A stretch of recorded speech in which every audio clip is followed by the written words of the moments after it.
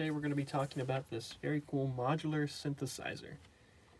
So this might look a little different if you've seen some more normal looking synthesizers that have a keyboard and whatnot, but basically what this is going to be is the same as any other synthesizer, but where you've put in all the custom modules and where all the wiring is on the top here as opposed to being under the hood on like another synthesizer.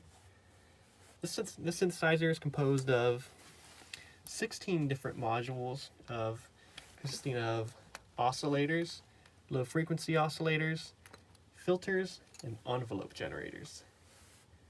Beginning with the oscillators, our oscillators are going to be located about in this section. We're going to have these 5 right here and this one right here, which is a noise generator.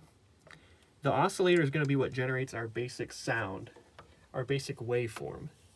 We're going to have a few different kinds of waveforms when it comes to oscillators. A good example here can be found in this IntelliGel Dixie 2. To start off here, here's a triangle waveform. This is a basic, smooth, clean waveform. Here's the sine waveform.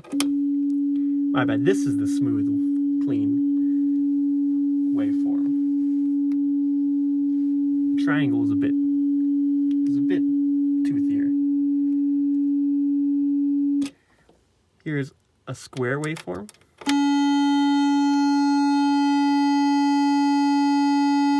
Quite a bit richer, more aggressive, and here's a saw. Also aggressive, fuller, with a more punchier sound, not nearly as smooth as the others. Those are some of the most common waveforms we have when it comes to oscillators.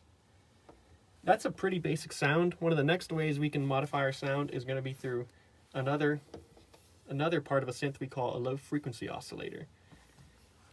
So right here is the Batumi 1974 low frequency oscillator. So let's take the signal. Let's get a basic signal here. Let's see how we can modify this.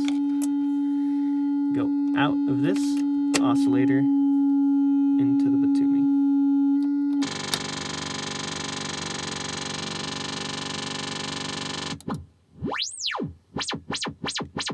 There we go.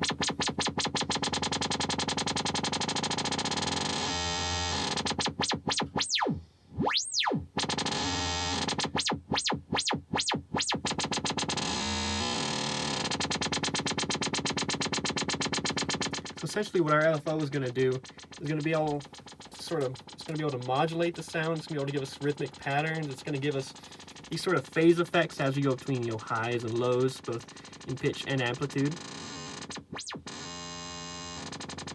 So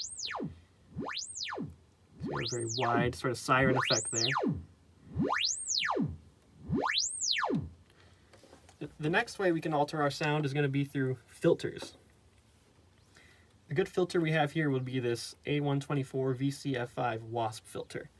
So let's take a basic signal and go through that. Again, let's go out of the IntelliGel into this WASP filter and out to our output. Let's see what this does.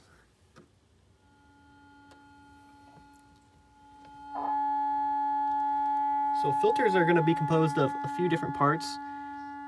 We're going to have low pass and high pass filters, which are basically going to decide which frequencies we want to keep, which frequencies we want to emphasize, and which frequencies we want to suppress. So for example, in a high pass filter, we're going to want to decide which high frequencies we want to emphasize and which low frequencies we're going to want to suppress. So if you look here, we have on the bottom here, we have a little knob which is going to decide whether we're having a low pass or a high pass. If I set it here to high pass, and I turn up this cutoff filter right here, the higher I turn this, the higher our sound will be. Thus, the higher I turn this, the more low frequencies we're going to cut, and the more high frequencies we're going to emphasize. So you see, the higher I go, it just turns into just a little squeak sound, and if I turn it all the way off, it's the full sound we had before. Another part we're going to have on all on all synthesizers is going to be our envelope generator. Our envelope generator is right here. It's called, you'll see ADSR, and that's just standing for the 4 basic components of an envelope generator. We're going to have our attack, which is going to decide how a sound starts. Decay, which is going to determine our sound from when we first hit a note, our peak, to the sustain. The sustain is our volume as we're holding that pitch, and the release is our volume after we let go of a pitch or a key. So yeah, we're also going to have there's going to be various other kinds of modules we have here that aren't part of those 4 I just mentioned. We have this magneto here, which is going to fall under time-based effects. This is a tape, echo, and looper. We're going to have this Rene here, which is a sequencer. This maths here, which is a kind of filter, but got a lot of parts to it. But really, the main sound and the main components of every synthesizer you're going to find here are the 4 I mentioned: oscillators, low-frequency oscillators, filters, and envelope generators. Now I'm going to go ahead and get some sounds out of here and make a little piece trying to utilize some of the modules I've explained here. Thank you.